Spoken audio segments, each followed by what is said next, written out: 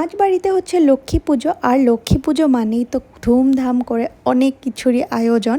আর এই দিনটা তো ভীষণই ভালো লাগে, আর প্রত্যেক বছরই এই দিনটাতে আলপনাটা আমি নিজে হাতেই করি, কেন কি আমার ভীষণ ভালো লাগে, একটা থেরাপির মতন কাজ করে।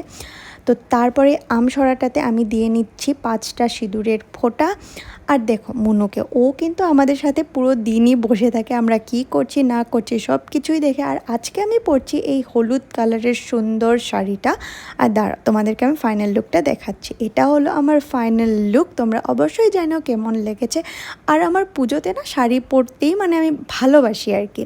তো তারপর বসে পড়লাম পুজোতে, আর মা এবার বললো পুজোটা আমাকেই করতে। পুজোটা আমি করছি ঠিকই, বাট মা সব কিছু আয়োজন করে দিয়েছে, সব কিছু বানিয়েছে। তো আমরা সন্ধ্যার মধ্যেই পুজোটা শুরু করে ফেলেছিলাম। তো পুজোটা করে ফেললাম, তারপর লক্ষ্মীর পাঁচালিটা পড়লাম, আর পুজোটা মা যা যা নিয়ম আমাকে বললো, যে হিসাবে করতে বললো সেইভাবেই সেরে ফেললাম। আর এই দেখো মা বানিয়েছিল, অনেক কিছুই বানিয়েছিল।